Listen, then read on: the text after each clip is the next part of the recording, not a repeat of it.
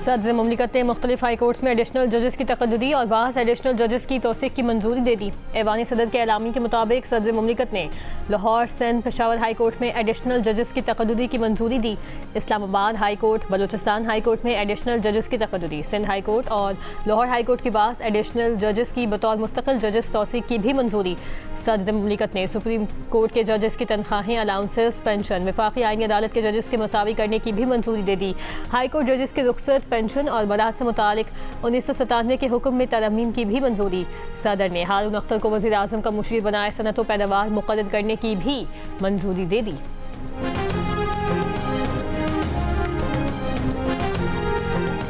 आज़ाद कश्मीर के ज़िला बाग के हल्के LA-14 पर बड़ा अपसेट। गैर हतमी गैर सरकारी नतीजे के मुताबिक मुस्लिम कॉन्फ्रेंस के सरबराह सरदार अतीक अहमद खान अपनी आबाई नशस्त पर शिकस्त खा गए। जम्मू कश्मीर दस्तो बाजू पार्टी के सरदार साजिद इकबाल जीत गए।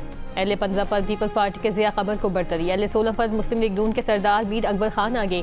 LA-17 हवेली की नशस्त पर पीपल्स पार्टी के उम्मीदवार वज़ीर आज़म आज़ाद कश्मीर फैसल मुमताज़ राठौर को बरतरी। मुस्लिम लीग नून के मोहसिन अजीज़ के नताइज बदलने का इल्ज़ाम।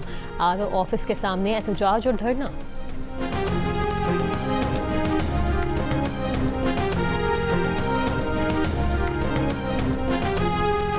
आज के लिए पेट्रोल और डीजल की मौजूदा कीमतें बरकरार रहेंगी। पेट्रोल की कीमत 327 रुपये 62 पैसे फ़ी लीटर बरकरार। डीजल की कीमत 380 रुपये 86 पैसे फ़ी लीटर बरकरार।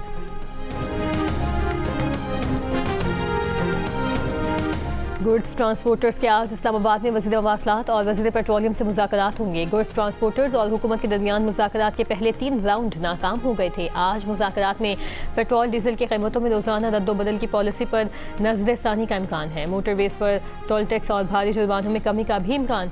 मुज़ाकरात कामयाब होने की सूरत में वफाकी वज़रा और गुड्स ट्रांसपोर्टर्स प्रेस कॉन्फ्रेंस करेंगे। मुल्क भर में गुड्स ट्रांसपोर्टर्स की हड़ताल का आज चौथा रोज़ है।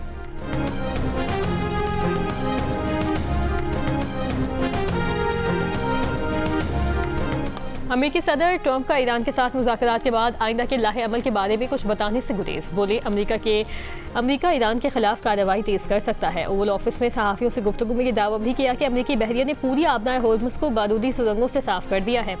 आबनाए होर्मुज़ पर 100% अमेरिका का कंट्रोल है। सवाल यह है कि क्या वो कोई मसला खड़ा कर सकते हैं? जी हाँ, वो मसला खड़ा कर सकते हैं, लेकिन वो दिवालिया हो चुके हैं। उनके पास पैसा नहीं है। ईरान मुकम्मल तौर पर कंगाल हो चुका है। अमेरिका ईरान से पहुँचाए गए नुकसानात का हर्जाना तलब करने जा रहा है।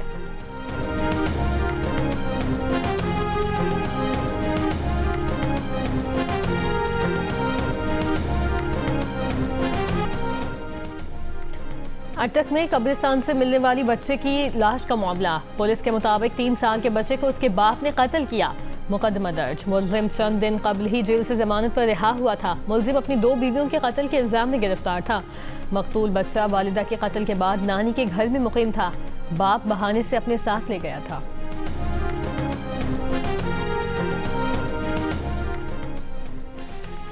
तर्जुमान ईरानी वज़ारत ख़ारजा इस्माइल बक़ाई ने कहा है कि अमरीकी वज़ीर ख़जाना ने इक़्तिसादी पाबंदियों के ज़रिए ईरान का दम घोटने पर फ़ख्र किया है। ये अमरीका की पाबंदियों के जुनून की एक वाज़ेह मिसाल है। वाशिंगटन जब अपने आप को सिफारतकारी के लिए नाअहल साबित करता है तो वो पाबंदियों का सहारा लेता है। जब पाबंदियाँ मतलूबा नताइज में नाकाम होती हैं तो अमरीका उनकी शिद्दत में इजाफा कर देता है। अब ये महज अमरीका की पॉलिसी नहीं रही बल्कि आदत बन चुकी है। अमरीका का ये एक ऐसा जुनून बन चुका है जिसने सोचने समझने की सलाहियत ख़त्म कर दी है। ईरान इन फरसूदा और बार बार दोहराए जाने वाले हरबों के जरिए घुटने नहीं टेकेगा। अमरीकी सियासतदान इस बहरान से निस्बतन कम रुसवाई के साथ निकलने के बाकी मानदा इम्कानात भी ख़त्म कर देंगे।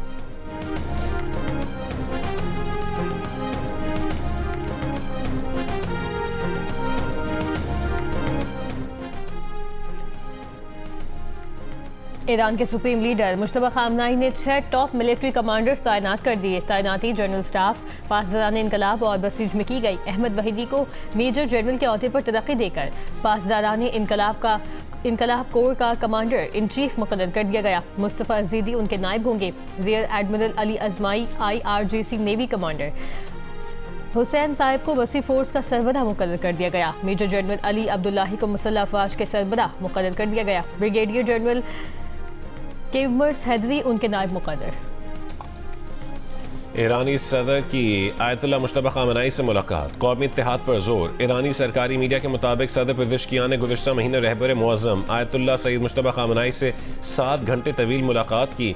सुप्रीम लीडर ने कौमी इत्तेहाद और यकजहती बरकरार रखने और अवाम के मुआशी हालात पर तवज्जो देने पर जोर दिया। सदर पेज़ेश्कियान का कहना है कि अमेरिका और इसराइल ने ईरान में बेअमनी पैदा करने और मुल्क को कहत, लूटमार और समाजी इंतशार की जानिब धकेलने की कोशिश की। ईरान पर दुश्मन के हमले मसनूई जहानत से हासिल करदा डेटा की बुनियाद पर थे। ईरान ने जासूस नेटवर्क और उजरती अनासर की मनसूबाबंदी को यके बाद दीगरे नाकाम बनाया।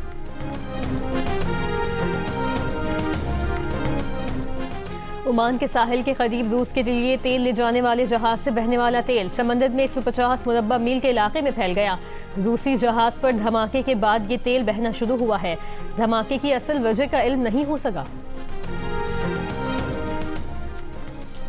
इराक की हुकूमत ने ऐलान किया है कि अमरीकी फ़ौज 30 सितंबर तक इराक की कुर्दिस्तान से मुकम्मल इनखला करेगी। कुर्दिस्तान में अमरीकी फ़ौजी अड्डे इराकी सिक्योरिटी फोर्सेस के हवाले किए जाएंगे। कुर्दिस्तान से अमरीकी फ़ौजी साजो सामान और एहलकारों की मुंतकली जारी है। 2024 में इराक और अमरीका ने अमरीकी मिशन की मरहलावार मुंतकली पर इत्तफाक किया था।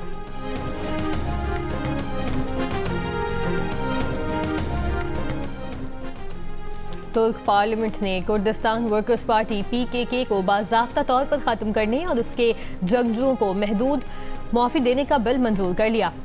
अशरों से जारी तनाज़ा ख़त्म करने से मुतालिक अमल बढ़ाने की राह हमवार हो गई। दहशतगर्दी से पाक तुर्की के उन्वान से पेश बिल पर 12 घंटे तक बहस हुई। ताहम कानून साजी के दायरे में PKK के ज़ेर हिरासत बानी लीडर अब्दुल्ला उजलान को शामिल नहीं किया गया।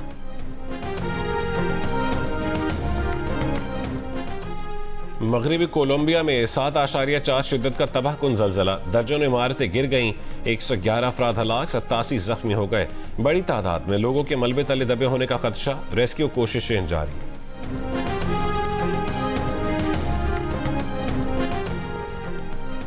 शाम में खुफिया मकाम पर मौजूद न्यूक्लियर मवाद जल्द हटाए जाने का इम्कान। अमेरिकी न्यूज़ वेबसाइट के मुताबिक अमेरिकी और इसराइली हुकाम के शाम से मुज़ाकरात कामयाब हो गए। International atomic energy agency nuclear मवाद अपने कब्जे में लेगी। बशार अल असद हुकूमत के खात्मे के बाद IAEA को शाम के न्यूक्लियर मकामात तक रसाई हासिल हुई। अमेरिकी हुकाम का कहना है कि शाम की मौजूदा हुकूमत ने न्यूक्लियर मवाद तक रसाई के लिए भरपूर साथ दिया।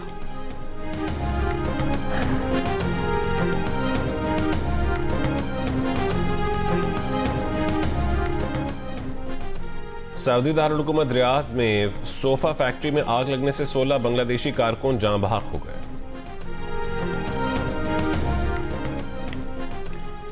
खातून अव्वल आसिफा भुट्टो की वज़ीर आला सिंध मुराद अली शाह के हमरा कराची के सेंटर फॉर ऑटिज्म कोदंगी आमद जदीद रिहायशी सहूलत का इफ्तिताह किया।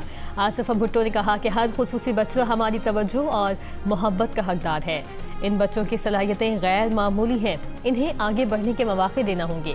वज़ीर आला सिंध ने कहा खुसूसी अफराद को मुआशरे का फ़ाल और बाइज़्ज़त हिस्सा बनाना तरजीह है। सेंटर फॉर ऑटिज्म कोदंगी खुसूसी बच्चों की ज़िंदगियों में मुस्बत तब्दीली लाएगा। पाकिस्तान क्रिकेट टीम ने इंग्लैंड के खिलाफ टेस्ट सीरीज़ की तैयारियां शुरू कर दी।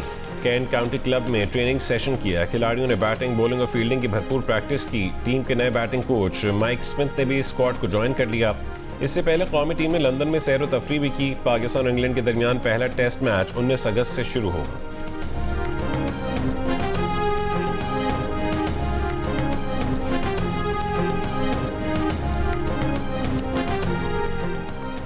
नेशनल चैंपियंस कप आज से मुल्तान में शुरू होगा। चारों टीमों के कप्तानों ने ट्रॉफी की रोनुमाई की। शादाब खान की गैर मौजूदगी में फ़हीम अशरफ ने शिरकत की। शाहीन आफरीदी का कहना है कि इस इवेंट से वर्ल्ड कप स्क्वाड तश्कील देने में आसानी होगी। साइम अयूब ने कहा कि मुल्तान में हब्स और गर्मी ज़्यादा है, लेकिन बतौर प्रोफेशनल खिलाड़ी हर कंडीशंस में खेलना आना चाहिए। साहबजादा फरहान कहते हैं उनके लिए चैंपियंस कप बहुत अहम इवेंट है, जबकि फ़हीम अशरफ का कहना है कि मुल्तान में सख्त गर्मी में खिलाड़ियों को एडजस्ट करना होगा।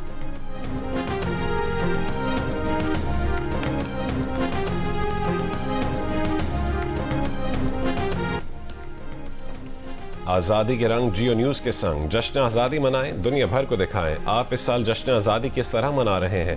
10 सेकंड की वीडियो या तस्वीर हमें भेजें। अपना पसंदीदा मेरी नगमा गाकर वीडियो भेजें। जियो न्यूज़ नशर करेगा। हमारा नंबर आपकी स्क्रीन पर है।